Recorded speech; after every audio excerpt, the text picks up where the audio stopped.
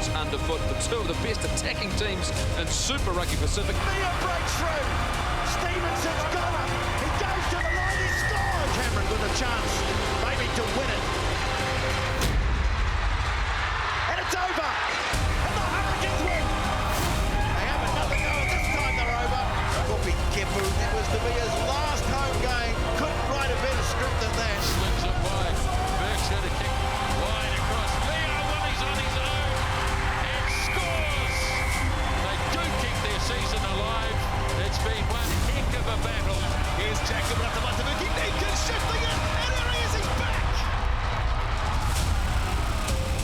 Tēnā koutou katoa, good evening and welcome into the breakdown. These guys are ready to rip in because it has been a drama-filled week between the provincial unions of New Zealand and the New Zealand Rugby Players Association. It all comes down to a vote this coming Thursday. We're going to look to simplify it later on in the program. We also chat JK's warm reception in Christchurch. It was warm, not frosty, but it was Jeff who won the weekend. Good evening, gentlemen. You won the weekend because the Crusaders and the Highlanders both won. Did you get your bottle of wine from JK? First and foremost, the Highlanders won. I love Sunday rugby. I love Sunday rugby in Dunedin. Look, it was a great day for the Highlanders if you think about the fact that now they've cemented their place in the playoffs. And that's what they were trying to do. They needed to do it. I'm not sure the Fiji and Drua were there. I think they may have been focused on next week. I hear they're already in a plane, to be fair, on the way home back to Fiji. But for the Highlanders, magic. And for the Crusaders, they're alive. They are alive, and Andrew Mertens posted this picture. Are they coming back from the dead with their head just poking out? JK, you were down in Christchurch, and you actually did get a warm reception in Christchurch. Yeah, no, the fans are really good to you, and you were having fun with them. Yeah, it was great. It was all, which is what rugby's about, right? Like, I'm a passionate Blues supporter. They're passionate about the Crusaders, but it was fun. There was a lot of banter. But I thought Cody Taylor was exceptional. You know, he heads up rugby. I thought Blackadder was outstanding, 22 tackles. I thought the Blues could have won. That was not a yellow card, Goldie. That was not a yellow card, and that cost us a try. How cold did you look, though? How cold were you? Because it looked like you were in Antarctica. Yeah, look, Marshy's got no issues with conditions in Christchurch, to be fair. Had his rug out probably, did he? You know, open shirt like he normally does. He loves it. Yeah. No, Marshy is from there and he now lives in Queenstown. It was balmy for him. But what you've got to realise is I'm now a grandfather, people. I can't go home with the flu. Yes. So I don't want to sleep in the garage with Fui. So I'm wrapping sensibly. You had about 10 layers on as well, JK. People are only seeing the exterior, but you had all the thermals on. Oh, I had everything going. I was toasty warm. And that's when the Crusaders are at their best. Back in Christchurch, It's a little bit cold. They went to their scrum, they went to their set piece, and they were really, really good. That was a big, massive win for them. And their fans, to be fair, because they turned out in force once again. You changed the subject, but that's not a yellow card. Now, there's no excuses. But you don't, that is not a yellow card. That's ridiculous. Let it go. And why Peter Feta, who was good. Yeah, he was good. While he was off, they scored. Like, that is not a yellow card. Was it a yellow card? Was it a yellow card? No, it wasn't a yellow card. Mills? No, it wasn't. So how can you get sent off for that? But it doesn't matter because they each scored a try during that 10-minute period, so it was even Stevens. Anyway, I listened to this for 80 minutes during that match when I was sitting next to JK. Here it is, Mills. What did you think? No, it's not a yellow card. I know getting to the business end, right? I hate for it to come down to a refereeing decision. Did it on Friday too? I think it did on Friday as well. I think that last decision where Jacobson was penalised, and that essentially was the game. And I know we're getting to the final side, but I'm just hoping that a refereeing decision isn't going to cost the game. Righto, well, Mills, you're in the hot seat and the spotlight tonight because you're talking referees for Mills's moment. Well, I'm going to gloss over the fact we've almost just sort of criticised them there. Bagged them. But, you know, given the fact that what sort of happened in the weekend, I just thought, well, Paul Williams, I mean, it's hard enough being a referee and coming out with these big calls that I'm actually just talking about. But to stay out of the way of some of the players. So we're going to have a look at Mills's moments, and they're sort of referees that excellently have gotten away. And the first one is Paul Williams on Friday. There he is, tracking inside. No Saturo. There was a nice sort of hole in there for him. Oh, I mean, he took that pretty well. Was that a yellow card for a shoulder charge? Yeah, and he was upright. Yeah. He was very upright, mate. Should have yellow carded himself. Haven't seen your drawings. Yeah. But that was my first one. Carded himself. He should have. It was a shoulder charge. I think he almost did. He said he didn't was rap. not worse for wear. The next one for me is Nigel Owens. He got caught up in a test match as well, as you might see here. Similar situation. Jimmy Cowan, good man. They're always told to run towards the referees. You've got a shoulder there too, you've got to push. Yeah, Who was the flanker who did that? And he's ended up at the bottom there. Ouch. Oh, and he got a knee. Ooh. Ouch. Who would want to be a referee? You get criticised on the breakdown and then we play your lowlights. No, to be fair, they've been great, the referees. The game is really good and the refs have been great this year, I believe. So there you go. They have another one. And congratulations to Angus Gardner, because he's on the next one. But he became the most capped Super Rugby referee with 150 over the weekend. Look at that. Oh, that's no arms. That is no arms. It's another yellow card. He got his height right. He did. There's mitigating factors. There's mitigating factors. TMO. So congratulations, Angus, on the 150. And I thought I'd go out a little bit. I thought I'd go out to not just leave it at rugby, but we'll go to NFL, because this one is a goodie. And you'll have a look at one of their, what do they call them, umpires? He's trying to get out of the way. He's backpedaling and everything else because everyone's going for the ball. That's gone horribly wrong. That's gone horribly Buried wrong. under there. There he is. And he's going to actually come up with a play of who gets the ball, right? He looked like me when I was going back in defence. That poor guy. He was... Yes. I feel bad laughing. Okay, and there's this next one. I'd have to admit, there's a warning around this one because it was pretty brutal. And I've got to go to rugby league for this. So poor old Tony on the left-hand side, he's backpedaling too. Someone pushes him out of the way. It wasn't actually this part. It's Carroll clipping him. Oh, no. Oh, no. No. There it is. Oh. Ouch. Not nice. That He was all right, though, nice at wasn't he? He was all right. He was all right. I hope so. He was all right, and he didn't look too well. But again, besides my point, who would want to be a referee? You're busy sort of refereeing the game and you've got to get out of the way. The last one for me, really, you can't get away without sort of looking at a cricket match. Man, Billy Bowden. Now watch his reaction to this. He gets hit, and he's not happy. But because he's a professional, I reckon he's not happy because he didn't get out of the way fast enough. And that's probably why he's a bit gutted at himself. Did you ever have him, mate? Yeah. He was famous for that, wasn't he? He was. He gave me out a number of times, but I also got the benefit as a bowler. We got on quite well, actually, to be fair. I got something a bit dodgy, I reckon. What is the rules there? Because that's going for a 4. He gets There's no away. rules, so you just take it, run. No, you just run. You should be a cricket umpire with those moves. Imagine him as a cricketer. But we do appreciate you referees. absolutely. We do Yes. appreciate the work that you Absolutely. do, officiating the game, but also trying to get out of players' ways.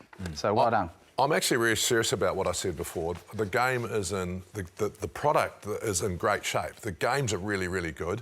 And I think the referees are letting it flow a wee bit. They're just reffing it as it should be. And I think the fans are back. I mean, it's been great crowds. So hats off to them. Sell out in Long may it Hamilton, last. 26,000 on Friday night, and a fantastic game followed. The Hurricanes are still in with a shot to finish top of the table. It is so interesting if you take a look at the points table. Heading into the final round of Super Rugby, 3 teams could still finish top, which, JK, you know how important it is to have that number 1 spot. They're all chasing it, aren't they? Yeah, the most important thing, and the reason you chase it so hard, is you get your home... There's actually 2 things. For the players, you get a home semi and a home final if you manage to win your semi, and that also equates to money. So if you have those 2 games at home, you imagine the Blues, if they could fill the stadium, it actually would be really a good, profitable year, which is not easy. So they'll be chasing hard. This is going to be massive. So there's a race for the top spot, but there's also a race to 25 points, Steph. If you look at that points table and the bottom end, 4 teams could still make it. Well, the Crusaders kept themselves alive. A big game this weekend is clearly the Fiji and Drua take on the Rebels. That's in Fiji, that's at Lautoka. That's going to be the game because if the Drua win, it's automatic. They are in. Where they finish, I think they'll end up at 8th. Look, it was a big game for the Highlanders, like I say, today, gets themselves. But the Rebels, if they get a win, they open the door for the force of the Crusaders. So all of a sudden, That's and great, the Force isn't have got it? the Brumbies. Brumbies at home. And the Brumbies at home. And the Brumbies have got plenty to play for because if the Blues or Hurricanes slip up, all of a sudden they can get to 2. They could even get to 1 if both slipped up. And then going to Canberra, you would rate your chances if you are them about not just winning a quarter, but winning a semi. So you're stopping me already. No, you just need to explain it because it was too complicated for me. So if the Drua win, Crusaders are gone. Yep. We've got the 8. If the Force win, the Crusaders are gone because unless there's a bonus point for the Crusaders over the Force. So if they get one more ahead, but if they both end up in the same points, the Force have won more games. That's the count back. Goes back to the number of games won. That's the first one. They've won 5. The Crusaders would only have won 4, so they would go through 8th. But I think there's a lot. The Rebels are safe. The Rebels are sweet. They're safe. 26 points. They're safe. Gotcha. Well, I'm glad we simplified that. That means part 2 is going to be really easy for us if we're having problems with the points table at the moment. But let's go back to the Hurricanes, who are sitting second on the ladder at the moment. Something that Clark Laidlaw mentioned, he said this team is going so well for a side with only a couple of All Blacks. How many All Blacks does this side end up having in 5 or 6 weeks' time, Mills? Well, I think this is one of those guys in contention. Numia has been, played very well. And when you're talking about All Blacks, you tend to look at the teams that are at the top of the table, and they are. They're 1 and 2, just in behind the Blues, the points and differential.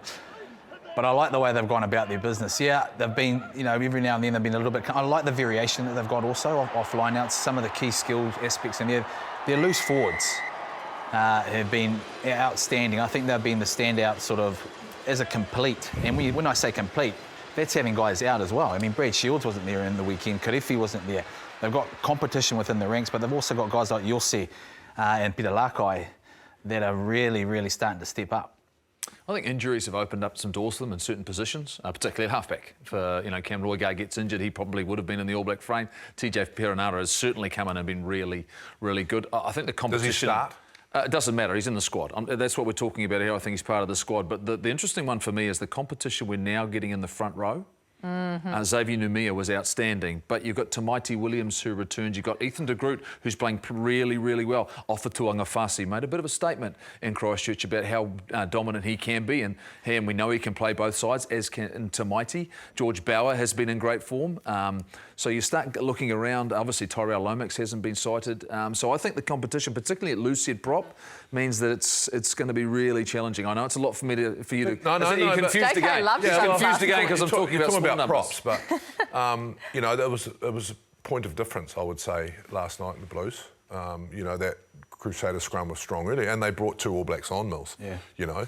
They're taking 5, and there's probably 8 or 9 that are putting their hand up, right? But I think that our props are really strong, right? They are. There's a lot there, and we're perhaps a little bit low in terms of stock a couple of years ago.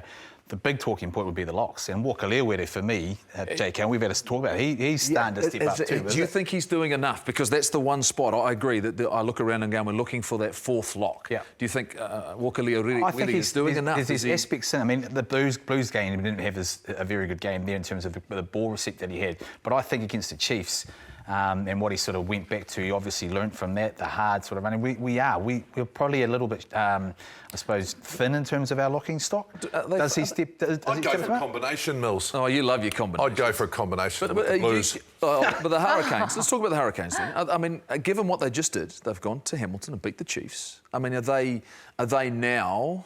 How tough are they going to be? Given all that chemistry you've got, you say they've only got a couple of All Blacks, but it just seems to me at the moment... I think... The way that they're playing, they seem so well connected. They're going to be tough to roll. I think that I don't take the result too much the other day because I think the Chiefs are good. I think the Hurricanes are good. I think the Blues are good. Yeah. Right? I think it's going to come down to moments. I think teams that are in form, I love the way the Hurricanes are playing.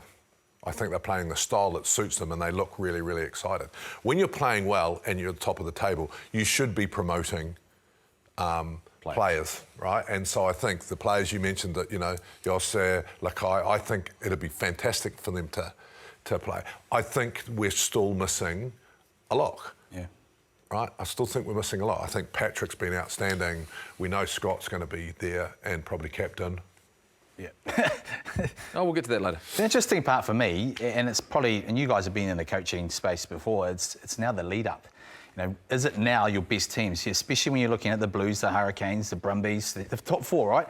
Are they sort of almost citing, how is this going to look 5 weeks in a row? We've got to get our best team 5 weeks in a row. The other teams down the bottom, they know they've got to win to make places, right? But I think momentum going into the finals is crucial, and I think that's where the Hurricanes and possibly the Chiefs have got it right. They've sort of not rotated purposely. They've got a really good depth, and then now they're starting to wrap things up because they have rested key players. I think now's the time, and it'll be interesting on Wednesday when they do name their sides. What do the Chiefs do? Whether they start naming their best possible teams, because they've got it locked in now. What did the Chiefs do this weekend, given the fact they're pretty much fourth? Do they rest can't players change, in preparation? And if they're looking at their spot now, they're going to play the Reds, right? Yeah. They're at home playing the Reds. I think that's actually an interesting matchup for them. The Reds have had some success and played well against the Chiefs in recent times, and particularly their loose forward trio is really good for the Reds. So what do you do? How do you plan? Or do you want to build momentum? And I know at half-time they obviously got the right act from Clayton McMillan because the second half they were a different team. And I think they were very unfortunate not to be in a position to win that game because I don't think it finished the way I would like to have seen that game finish. But I think the Chiefs, to your point, JK, are not far away in terms of that conversation, in terms of they've got, it seems, all of the pieces of the puzzle. Really nice to see Sone Tokiaho as well really take a step up in a big game. Yeah. Nice to see that, needed to see that from him. Yeah. Carried really strongly. I think he made a big impact. Well, a lot of All Blacks made statement performances over the weekend too, didn't they? Let me remind you, 3 weeks ago you all picked who was in your loose forward mix for the All Blacks, and none of you had Ethan Blackadder. He played 80 minutes on Saturday night, JK. Is he now back in that All Blacks? Look, if Ethan Blackadder can stay fit, like he was amazing. We interviewed him after the game last night and he didn't even look tired. He made 22 tackles. He was outstanding. We just need to keep him on the field. So if he can play, right, he's possibly only got one more week left. If he can stay fit and play again next week, then he comes straight back into contention. I've got no issues with that. My problem was, you know, and this is sad for him, he's not spending enough time out there. I just want to go back to your statement, Mills, because I don't know if actually, you know, form running into this is actually as important as rest now. Stephen Perofeta, I don't want to keep talking about the Blues all the time, people, but I'm going to. Stephen Perofeta had 7 weeks off and he was outstanding. You know, Cody Taylor had a lot of time off and look at the form he's in. So I think, Mills, you're right, we might have 4 weeks left, but they might rest someone next week because they come straight back into it and that freshness is actually better than actually trying to find form. This was the perfect time for Ethan Blackadder to have a strong game. They play Moana Pacifica next week. 100%. Now, if he plays really strongly in that game, and his expectations are he should play, he needs to play another 80 minutes. And if they don't make the playoffs, it's now in the selectors' hands to decide whether or not that's enough. And the guys who are coaching the All Blacks know him well enough. Yeah. And it's up to them to go, I am convinced that he's at the level he needs to be, or he'll play more rugby. But what it has done, it's certainly made the conversation more difficult on the back of that one performance. But I'll say this, though. He's in because he covers 3 positions. No, but he did not come up against probably the form open side flanker in the competition in Dalton Papali'i, one of the form players. I think the Blues desperately missed Dalton in this game. His defence and his work around the breakdown, the physicality he's brought this season, he's stepped it up a level. He's about 4 or 5 kgs heavier, he told me, in terms of size, and he has had an impact on the performances of this loose forward trio, the balance that they've had. Now, Adrian Chote's a good player. He's not Dalton Papali'i. And so I think for Ethan Blackadder, it would have been nice to have had this little matchup. Just to have seen it, the Blues missed Dalton. They'll look forward to having him back. And I think all of a sudden the conversations, I know you're shaking your head, but I look at it and go, are you going with a guy who's been performing week in, week out like a Peter Lakai or a Dalton Papali'i or a Ardie Savea? Are you telling me that Sam Cane is going to miss out to Ethan Blackadder in the 7 jersey? Is he the best number 6? Is he the best number 8? Yes. That's your position. See, I'm not convinced on that just yet, on the back of one game. Like, for me, the reason is if Sam hasn't re-signed, Sam possibly would be good enough, but Razor has to look to the future and go, I need to get... Because who's going to miss out? Lakai? Why does he have to look to the future now? The World Cup's 3 years away. Because I think you've got to do that now. Right now, and England's coming, and you've got guys fit and available. Because Sam, as much as I'd love to see him get his 100 games, like, he's not going to be here. So you're better off having... If Sam's not going to play, you're better off having someone like Lakai or a younger guy sitting on the bench, travelling to South Africa, doing all that, getting used to that, having a game, you know. Like, I would love for Sam to play. But there's another thing too. The past coaching staff always... picked All Blacks when they were injured and put them in the side. I don't know what Razor's philosophy is. Yep. Right? He's got to be consistent too. I mean, he has had a massive game like Ethan Blackadder, but in terms of he's only had to think about one thing, and that's just go out there, smash bodies. And if he had to play consistently, he's got to get up. And the reason why he's had to do that is he's got players around him, like the Cody Taylors, that have sort of taken on that burden. Okay, I'm going to lead the team around, and he's playing some exceptional rugby as Cody Taylor. But you've got to back it up. You can't just have 1 week, and this is the whole thing about the All Blacks. When you get to the All Blacks, consistency, you can't drop that off. So he's got to back it up with another game. Yes. First starting point, he came back, he's healthy, and Blackadder, he was fantastic. Are you picking him? At this stage, I have to agree with Jeff. I think Dalton has done an amazing job so far. But I think Blackadder needs more game. He needs more game, and the makeup of the squad will depend on sort of whether he gets that other loose forward. I don't think that's the comparison, Mills. I'm saying it's Dalton and. You're saying both of them. Right, I'm saying Dalton's in. You're picking 39 again or something. No, but what I'm saying... Because you can't pick everyone. OK, but what about Lakai? What about Lakai? Exactly. It's It's actually Sam Cane, the discussion, people, and whether you take Sam Cane or a young person. So you take Blackadder, who can cover 6, 7 and 8. You take Artie, you take Sam and Dalton. Sammy Penny-Finau's obviously there. Yeah. Jacobson. Yeah. I want to go back to you mentioning Cody Taylor. I want to throw Cody Taylor in the mix for the All Black captaincy.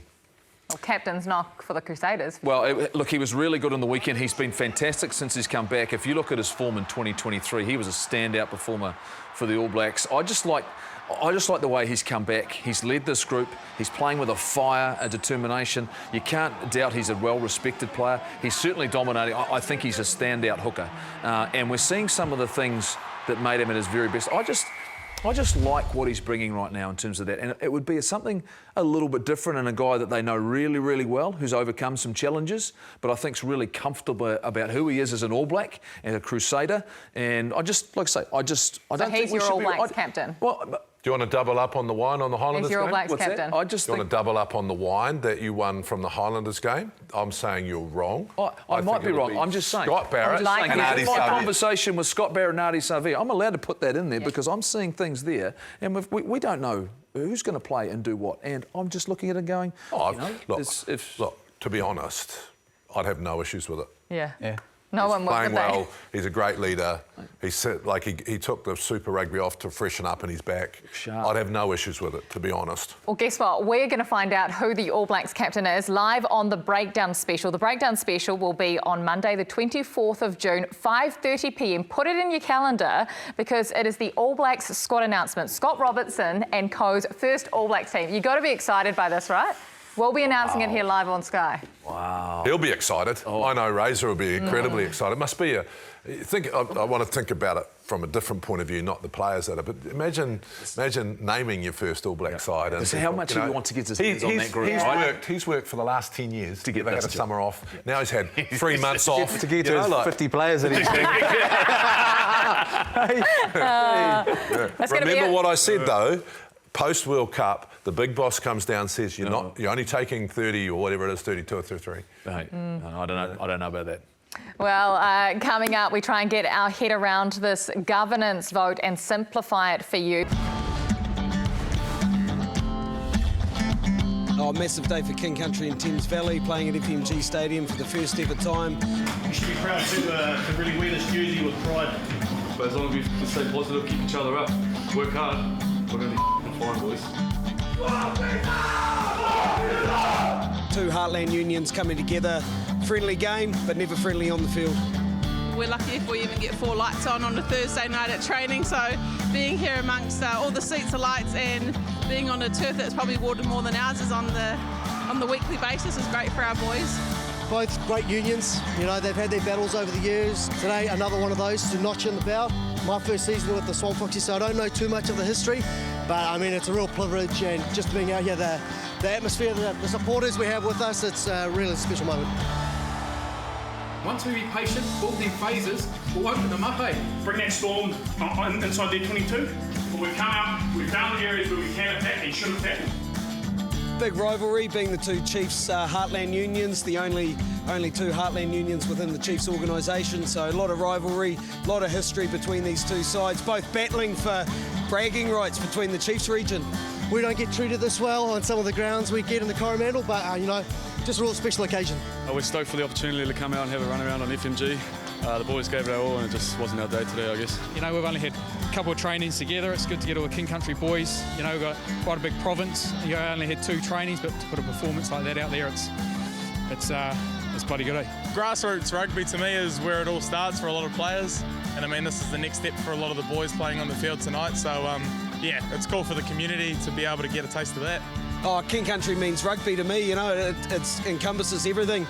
Battlers, you know, growing up with rugby, growing up with local heroes and coming here and supporting our local players, and rugby's everything in the heartland, it's everything. Yeah, that is the perfect summary, isn't it? Rugby is everything in the heartland, and these are guys that are just doing it for the love of the game. You guys got to sit there and watch it, and they have, yeah. It was so good. Great crowd came along. Look, it was a great game of rugby. I played King Country for Otago on my first season. They were first division at the time. Played in Te Kuiti. I tell you that was an experience.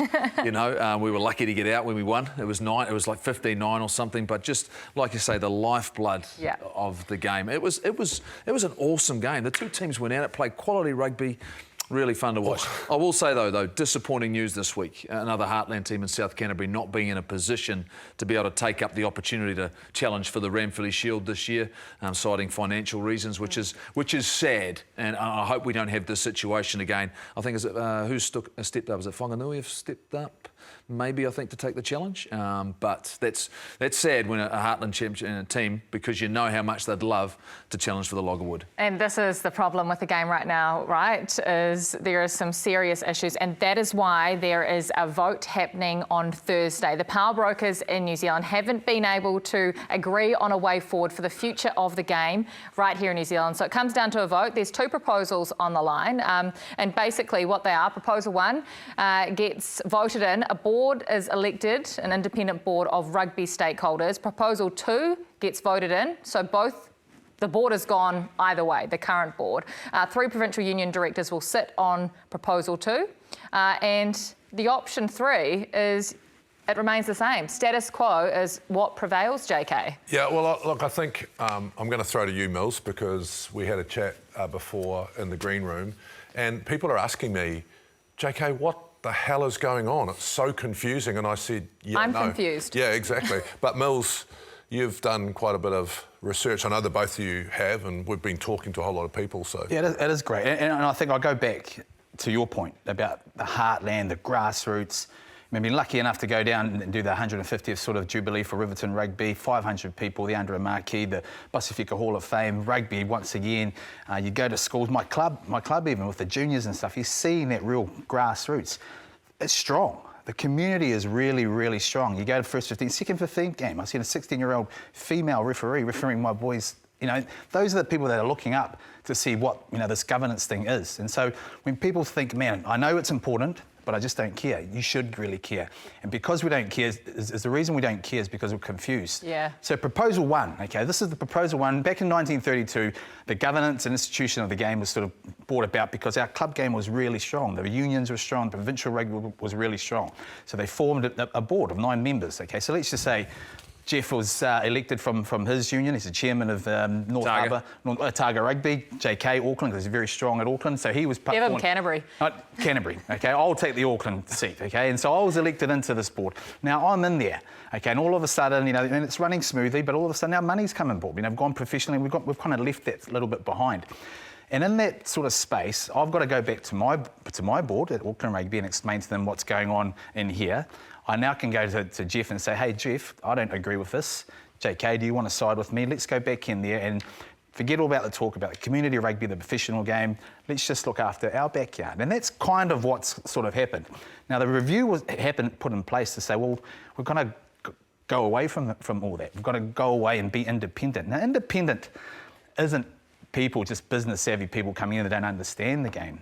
It's people that are real heart, you know, understand the grassroots, have a business mindset to sort of be able to do this. And so they've opened it up to say, Proposal 1, we need an independent sort of board to come out and sort of act on behalf of everything New Zealand rugby. So then we can make decisions, so that we're not influenced by people that have been, like Jeff or me or JK, on other boards that have influenced by the past. Let's reset in some set and then and start again and try and lift our community game. That whole stronghold that I've just mentioned, that's not funded by NZRU, that's funded by the love of the people and the community groups getting behind it to be able to do this. So that's really strong.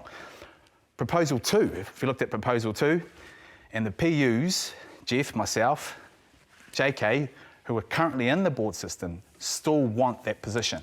They still want 3 seats at that position and are saying, so we're not going anywhere. It's status quo. And so there has to be, and this is what we're getting to, Proposal 1, which the review has said and have said this is where we should go down, the recommendation, and Proposal 2, where Jeff, myself, and I reckon JK would have been pretty influential on this. If he was on the board, he'd be fighting back and saying, no, we want to still stay on the board. We keep that model, and in my opinion, we won't die off. New Zealand rugby won't die off, maybe not this year, maybe not next, maybe not even the year after. But the game in itself and our community game, the game that we love, will die. That's a really strong statement, Mills. So you are simply saying that out of these 3 possible outcomes, if Proposal 2 goes through at this vote on Thursday, eventually the game will die. Well, it's bleeding at the moment, isn't it? And so status quo is Proposal 2, that we still have a provincial union chairperson that's been elected to stay in there with the 9 and basically influence whatever sort of discussions happen there to what they want. That's sad. So that's really sad. So it's called horse trading. I've criticised World Rugby for doing it, right? And it happens all the time. So what Mills is talking about is us 3 getting together. So voce di corridoio, I believe to understand that Auckland Bay, Penalty, Wellington, Hawke's Bay, Canterbury and North Harbour are against Proposal 1, right? So that's what I've heard, which means they will have enough votes and influence. And we got a letter, we got a statement from Rowena Duncan from Whanganui. In essence, 26 provincial unions support 150 rugby players, where everyone's first point of contact of the game, every black firm, every All Black, every official routes, the community game, how we govern the game matters. Like, the people that would be voted on 1 would have community in mind. They would have the game in mind, business, professional. So for me, you know, that is part of the murkiness that's getting pushed out there. And Goldie, you've done a lot of research around it today. You know, so for me, if us 3 in your scenario can get together because we don't want something to change, we've probably got to do that. Be brave. But how can... I'm going to throw to you, Goldie, because I know you're big on this. How can you vote as the New Zealand board, as the PUs, for a governance review and then not implement it? And that's the biggest thing here, is that everyone agreed on the people that were going to look deeply into our game. And they were the ones that came up with the recommendations that our game was, and we've said this often, not fit for purpose. What that means is it's under pressure. And it's under pressure in a number of areas. And this is why, and you'd have to, if you're the provincial union, you have to understand that the one thing you don't want to give up is some of that control, because ultimately your concern is that you're going to be forgotten about. Yeah. Now, that is a real concern. It has to be when you've been given your lifeblood, given your time, your energy, you've worked your way through your club, maybe at the sub-union, to then get on the provincial union, to then be nominated. You've dedicated your life to the game, and then you're being told, well, that level of experience to me it's not really what we're looking for now. Yes, we know the game has turned professional. Yes, we know there's an element that is a business, but it's still the business of sport. And we all know, and we talk about the grassroots and the lifeblood of the game. But what's under scrutiny for me right now is the performance of the current board. That's what's under scrutiny, because clearly the review says it's not fit for purpose. It doesn't deliver the decision-making process we need to protect and, I suppose, help the grassroots, help an NPC, help a provincial team. At the moment, I can tell you this a fact. We are bleeding money. We are bleeding money. We are turning 40, I think, I got a number, 2022, the number was a net loss of $47 million. This concerns over 3 years. There was concern for a 3-year period that we were going to lose $100 million. That's unacceptable. We sold 7.5% of our revenue commercial earning opportunities, our commercial side, to Silver Lake. We have actually sold that. That is what has shorn up our balance sheet, right? we're looking at now is the performance of New Zealand Rugby in conjunction with the New Zealand Rugby Board and how they've operated. And we're now in a position where clearly the provincial unions don't have trust in what's going on inside their organisation, and the board has been put under the scrutiny it needs to be under. Because we can't keep operating, to your point, like this. But part of that board is who I just spoke to you about. The three of us still being in there, and they don't want change to move them. That's what they are taking the provincial union's stance. The New Zealand Rugby is saying, let's adopt the recommendations, and so is half of the board. But the other half, some of the PU sides, don't want that because they're still, and you're saying they're bleeding. So that's the reason it cries out. We are bleeding the way we go. And I get it, right? I get the fact there's a lot of mistrust, what you've said. And I think the way some things have been handled, particularly from the NZRPA, and coming out and saying they're going to do this and threaten stuff, that has torn a lot of the relationship as well. I mean, over the past, and I get it, there's a lot of passion, and there's, people are frustrated at things, but I don't think that was the right thing to come out and say. Yes, okay, that might be the case later on, but not why these are happening. If we don't get this way for our talk. We've got to talk about that. We've got to talk about that threat from the New Zealand Rugby Players Association that they will walk away if Proposal 1 is not implemented, and they will take the players and they will create their own competition. Because, JK, if what you said is true, that those 5 unions have so much power that they can vote for Proposal 2 to go through, that means that is the most likely scenario on Thursday, which means the NZRPA will implement that threat. It will no longer be a threat. What does that mean for the game in New Zealand? It highlights 2 things for me. So the governance reform NZRPA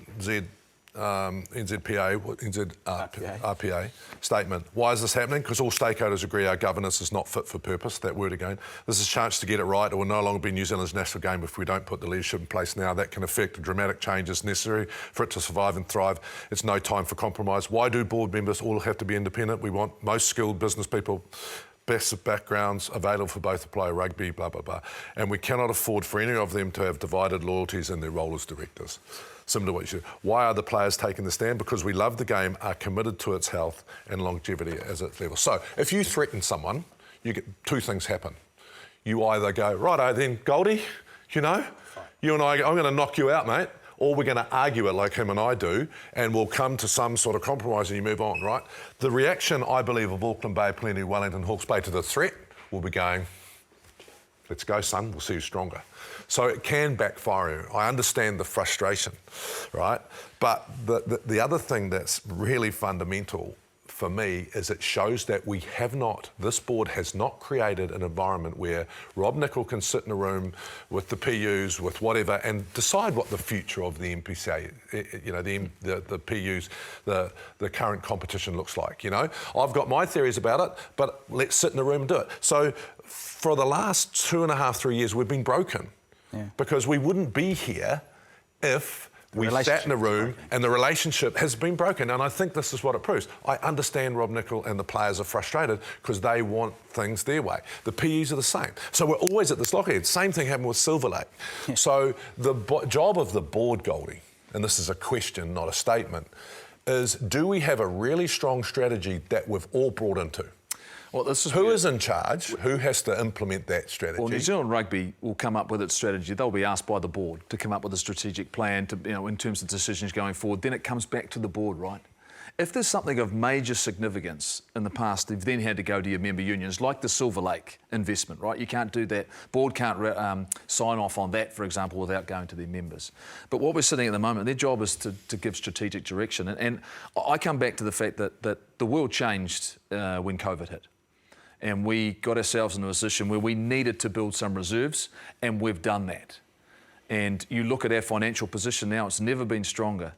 But it appears as though, when you look at how that investment is being spread and being brought back to the game, at the moment, I think there's a feeling from the provincial unions that it's not going to continue, and they are the ones that are going to be compromised, and that the professional game and our obsession with high performance across all levels is essentially putting us under pressure. I'll give you a number.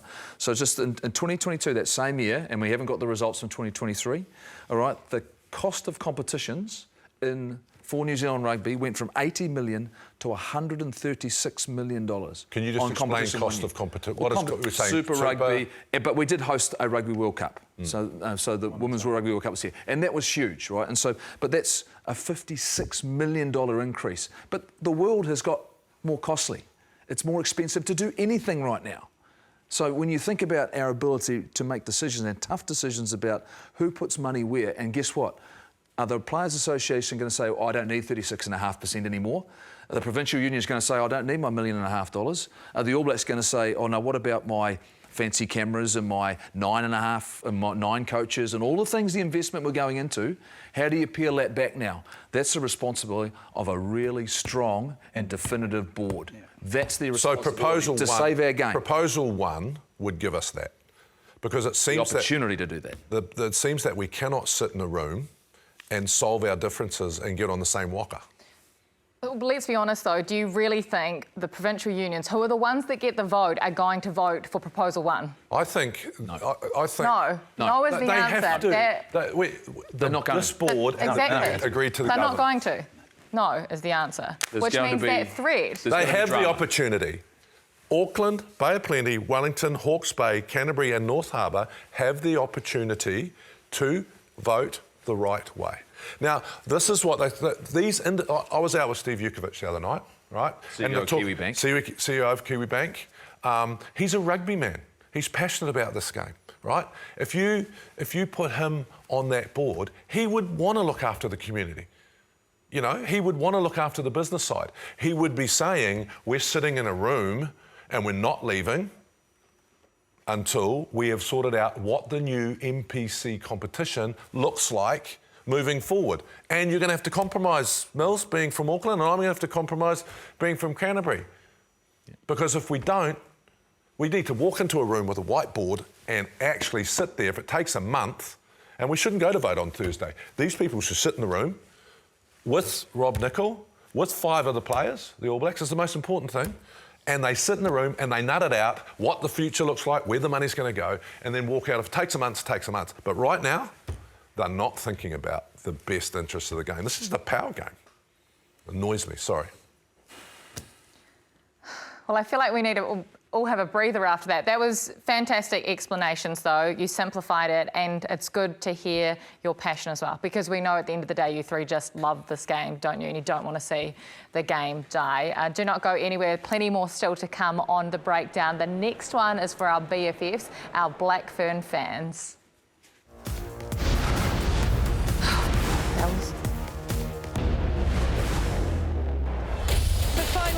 Of a topsy-turvy Pacific 4 series puts New Zealand and Australia against each other for the first time this season.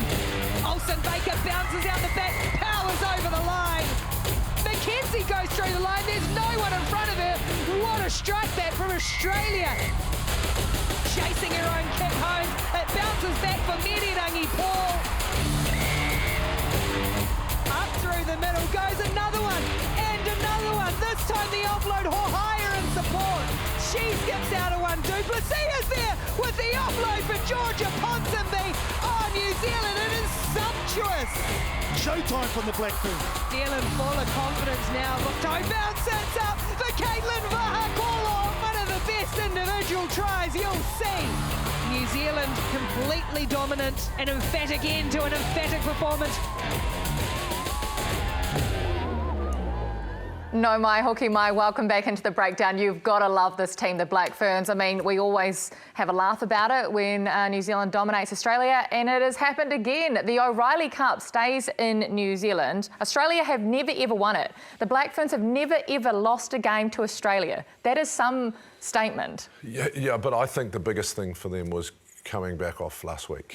You know, I think that it was the perfect response, Mills. You know, when you lose in the black jersey, it really hurts. They made changes, you know, and that's going to hurt the girls that were watching, because some of these, the players, they played well. I know Goldie's probably going to talk about that a bit, but I just thought it was some really good rugby with a little bit of sting, and that came from good response, and a lot of them got opportunities that haven't sort of played, but I think the biggest thing that sort of shone out to me is they're allowed to play the expensive game. they're not going to get that opportunity when they play their Northern Hemisphere teams. But I think it's a good lead into that, but first things first, they kept the O'Reilly sort of the cup here. Important. They've got back onto the winning ways, and it's an important lead into the next few games. This wasn't even close. No. And the Wallaroos were disappointing. They've been better in the last couple of years. It seems they had areas that they could compete, they couldn't compete. And what I really did love, though, is they went through the middle of the park, did the Black Ferns, but then that combination of Vahakola, Holmes and Paul, the back three, looked fantastic. The three of them together look so dangerous. I think Holmes is a true fullback. Yeah. That's what she does really well. Her try assists in the black jersey must be huge. The number of times she creates opportunities for players around her. She's always in the right place, right time. She's a great kicker. Look, the back three are fantastic for me. But when you look at this, set in stone for the World Cup, Jeff? well, look, I just want to see them get more time together. Yeah. Vahakola's got something special. I'm not sure this is exactly where the kick was supposed to go, Hey, but look, it was she perfect. regathered it. I'll tell you what, if it was a fake looking the other way, it was amazing. But I'll tell you what, a really great crowd, all of that. But I'll say this, there's been some talk of Super Rugby Aupiki expanding into Australia. Unless it's their top side and they're all playing for it at the moment, I think the gap's too much. If they were to spread their talent over 2 or 3 teams and then come up against our 4, I don't think it would be a competition. I don't think they're ready for that just yet. Maybe one team, possibly? If they were all in one team, yeah absolutely, I'd have no issue. The Wallaroos, though, wouldn't it? Yeah. I don't. But no, there's nothing wrong with that, though. Yeah, I mean, if it's one team for the moment... I think we need to think differently with the female game. I think we should let our players go and play in the NRL,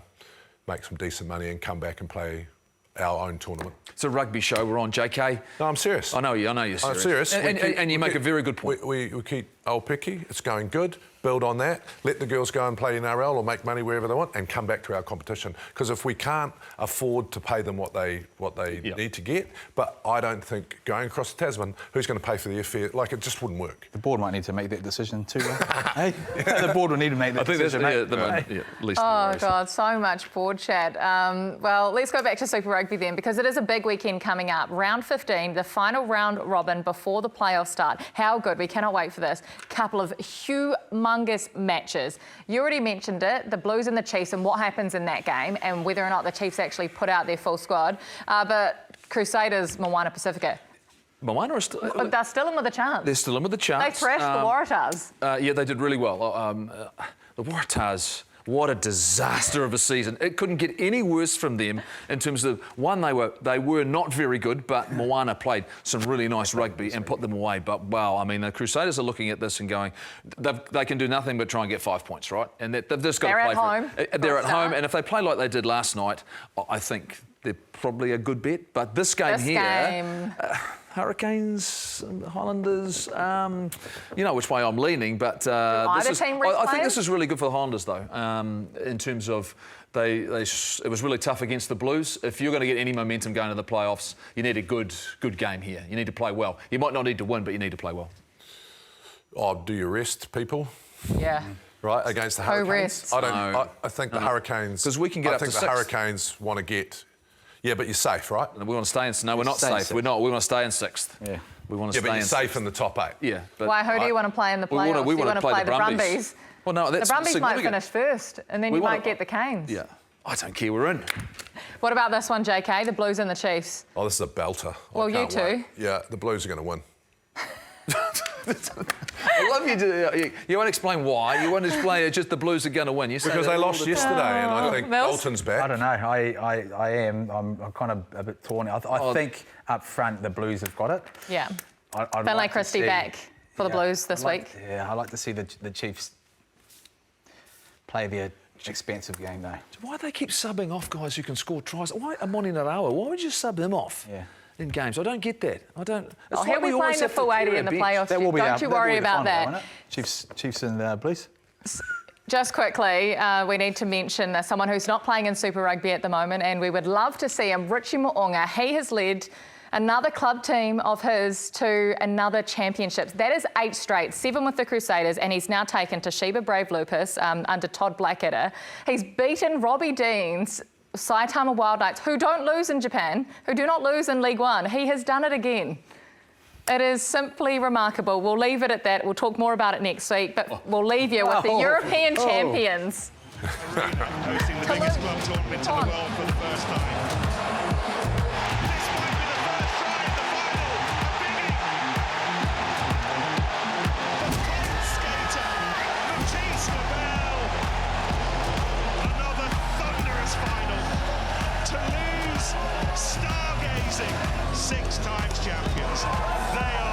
team. Maybe the best ever.